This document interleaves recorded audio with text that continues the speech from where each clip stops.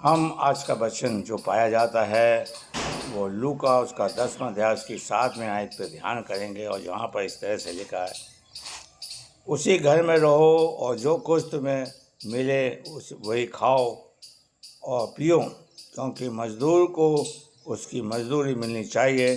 घर घर ना फिरना। हमेशा अपने वचन के पढ़े और सुने जाने पर आशीष दे।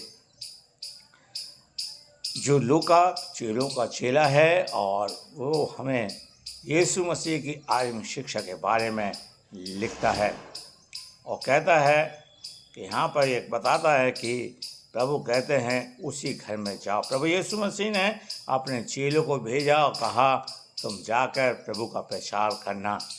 और प्रभु जी चेलों से कहता जिस घर में जाओ उस घर के कल्याण के लिए प्रार्थना करना और उसी घर में रहना। क्या आज हमारे घर में प्रभु के दास रहते हैं या नहीं? क्या हम अपने घर के अंदर परमेश्वर के दासों को बिठाते हैं या नहीं? क्या परमेश्वर का दास हमारे जीवन के अंदर हमारे परिवार के साथ संबंध रखता है या नहीं? क्या हमारे घर में प्रभु का दास आकर ठहरता है या नहीं? इस बात को हमें सोचना होगा मेरे प्यारे भाइयों। और ये बाइबल हमें बताती है कि कहता है उसी घर में रहना, जिस घर के लिए कल्याण के लिए प्रार्थना करी, भलाई के लिए प्रार्थना करी है। और प्रभु जी कहते हैं कि हम देखते हैं कि प्रभु यीशु मसीह प्रभु यीशु मसीह लाजर के घर में आए और वहाँ ठहरे और मार्था और मरियम प्रभु की सेवा करते थे। अगर वो सेवा नहीं करते और नहीं ठहरते तो लाजर का दया पे जिंदा नहीं होता। कदापि प्रभु यीशु मसीह उसके लिए रोता नहीं, प्रभु वहाँ रहता था। अगर हम उत्पत्ति की पुस्तक उसके 18वें अध्याय को पढ़ें तो इब्राहिम के घर में प्रभु आता था, ठहरता था, भोजन करता था। और नहीं अगर सेवा नहीं करता तो उसके घर में कदापि बच्चा नहीं होता। बुढ़ापे में हुआ है, प्रभु चाहता है मेरे प्यारे भाइयों। इसलिए दाऊद कहता है कि यहोवा मेरा चरवा है। आज हम प्रभु को अपने घर में ठहराएं, प्रभु के दास को अपने घर में बनाएं, ताकि वो आपके लिए मेरे लिए प्रार्थना करने वाले बन सकें। मेरे प्यारे प्रभु यीशु मसीह जक्कई के घर में गया और कहता है घर के अंदर उद्धार आया है। मेरे प्यारे जहाँ जहाँ प्रभु गया है, जहाँ जहाँ प्रभु घर में ठहरा है, प्रभु जी ने उनको बड़ी आशीषें दी हैं मेरे प्यारे भाइयों बहनों। और प्रभु कहता उसी घर में खाना, उसी घर में रहना। आज हम क्या प्रभु के दास को अपने घरों में रहते हैं? क्या हमारे घर में के लिए प्रभु के दास के लिए के घर है या नहीं, कमरा है या नहीं, ताकि वो बैठ के आपके साथ प्रार्थना कर सके, आपकी सुन सके। और प्रभु जी कह रहे हैं उसी घर में रहना और जो तुम्हें खाने को मिले। आज तो खाने को क्या पीने को मिलता है, चाय, ताकि डायबिटीज हो जाए। प्रभु जी खाने की बात करते हैं और कलीसिया पीने की बात करती है। ये मैं नहीं कह रहा, बाइबल कह रही है।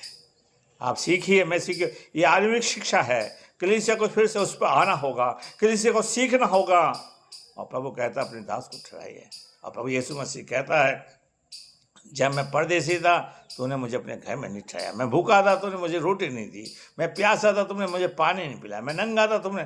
और प्रभु कहता है अगर तुमने इनके साथ किया तो मेरे साथ किया है। मेरे प्यारे भाइयों बहनों, आज परमेश्वर चाहता है कि हम प्रभु के साथ चलने वाले बन सके। जो कुछ मिले उसी को खाना।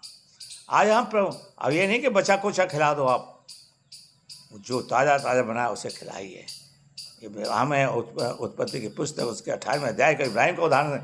इब्राहिम भाग के गया, बच्चा कटवाया, ताजे फुलके बनवाए, लेकर आया, गरम गरम खाना खिलाया। मेरे प्यारे भाई, ये नहीं लिखा कि बचा कुचा खिलाओ। मेरे प्यारे भाई, आज हो सकता है आप बचा कुचा खिलाने के लिए तैयार रहते हो, क्योंकि वो सोचते हैं कि भाई पासे क्या है, हल्की सी चीज़ है। प्रभु चाहता है कि हम उनको सम्मान दें। कहता है वो तुम उनको ठहराना और उनसे तुम्हें खाने को मिलेगा। आज खाने को नहीं है।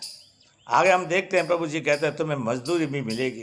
क्या आज प्रभु का दास को आप मजदूरी देते हैं? अगर डॉक्टर आता आप उसको उसकी मजदूरी देते हो, टीचर पढ़ाने आता उसकी मजदूरी देते हो, मजदूर आता उसकी मजदूरी। लेकिन हम प्रभु के दास को बहुत हल्का समझते हैं, हम मजदूरी देना पसंद नहीं करते। मेरे प्यारे भाइयों बहनों, अरे वो आपसे मांगेगा नहीं, ये तो आपको सीखना है, देना है।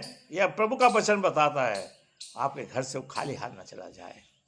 अगर हम 3 यूहन्ना उसका पहले अध्याय की अगर हम 5वीं आयत को लिखा है, जब प्रभु का दास विदा हो तो उसे विदाई देना, उसका स्वागत करना, ऐसा लिखा है। लेकिन हम ऐसा नहीं करते मेरे प्यारे भाइयों बहनों। और आखिरी बात कहते हैं, प्रभु उस घर में जाना, उसके कल्याण की प्रार्थना करना और बीमारों के लिए चंगाई करना। आज प्रभु चाहता है मैं ऐसे लोगों के लिए प्रार्थना, प्रभु आपको आशीष दे। आइए हम प्रार्थना करें। प्रभु हमने तेरे वचन को बड़ी कमजोरी के साथ बोया से सींचे बढ़ाइए, हम सब की सहायता मदद है, हमारा मार्गदर्शन करें, नाम आशीष दें और प्रभु अपने लहू में छुपा के रखें, हर एक के साथ रहे, अपने आशीष से भरपूर करिए। यीशु का नाम मांगते हैं, आमीन।